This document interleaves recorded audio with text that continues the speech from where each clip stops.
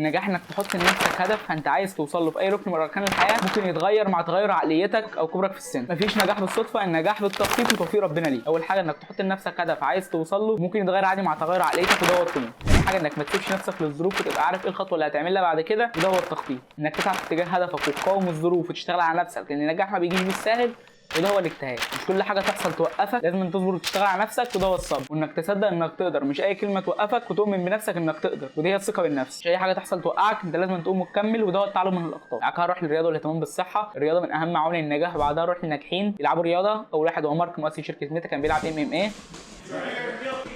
بعد ايلون ماسك كان طالع كلام ان هو بيلعب كاراتيه. وجيف بيزوس كان بيقولوا ان هو كان بيلعب جيم ومنتظم بيه. About half an hour of cardio, and I do about 45 minutes of weightlifting, resistance training of some kind, mostly weights. الجسد هو مشية العقل، وتحسين الصحة الجسدية يحسن الصحة العقلية. الرياضة شيء أساسي في حياة كل الناجحين، والأهم من البدء هو الاستمرارية. تاني حاجة إنك تفضل في حالة تعلم مستمر، وهنا ما أقصدش الدراسة. تقول لي يا عبدو مش الدراسة هي التعلم، هقول لك لا، الدراسة إنك بتروح المدرسة كل يوم ملتزم بمنهج تدرسه، إنما التعلم إنك بتتعلم حاجة بمزاجك، والتعلم بيفضل معاك لحد ما تموت. زي ما قال ألبرت أينشتاين once you stop learning you start dying. الترجمة بتاعتها إنك لما تتوقف عن التعلم هتبدأ في الموت. مفيش حد ناجح مش بيقرا، هو بيقرا عشان يحضر ذهنه وأفكاره. ثالث حاجة هي الروتين اليومي والانضباط. مفيش حد ناجح مش بيخطط ليومه ويبقى مخطط هو يعمل ايه في الوقت اللي هو عايزه. هو بيبقى عارف هو يعمل ايه، بيقوم من النوم امتى ويصحى امتى وايه الحاجات اللي هو يعملها النهارده. خليك عارف ان النجاح والانضباط وجهين لعمله واحده. خليك عارف برضه ان مفيش حد ناجح مش بيدون يومه، هم بيدونوا كل حاجه في يومهم عشان خاطر يرجعوا الحاجات ويدوها حقها في التفكير. هم بيقولوا ان العقل اداه لانتاج الافكار وليس لتخزينها. اتعلم تقول لا عشان ما تهدرش وقتك في حاجه مش هتفيد. اعمل تخطي للحاجه اللي بتضايقك عشان خاطر ما تجيش نفسك فيها نفسيا وعقليا. العلاقات، كل ما يكون عندك علاقات اكتر ده هيوفر عليك حاجات كتير وهيساعدك. تفضل تتعلم واشتغل على نفسك لحد ما الناس اللي تبقى عايزه تتعرف عليك مش تقدر تروح تتعرف عنك. انك تساعد غيرك ده هيخلي نجاحك يستمر، وانك تخليه ينجح ده مش هيقلل من نجاحك انت في حاجه، عشان خاطر احنا مش في ماتش كوره. مفيش نجاح بيجي بالصدفه، النجاح بيجي بعد فشل كتير، وانك تتعلم من تجارب الفشل ده امر واجب.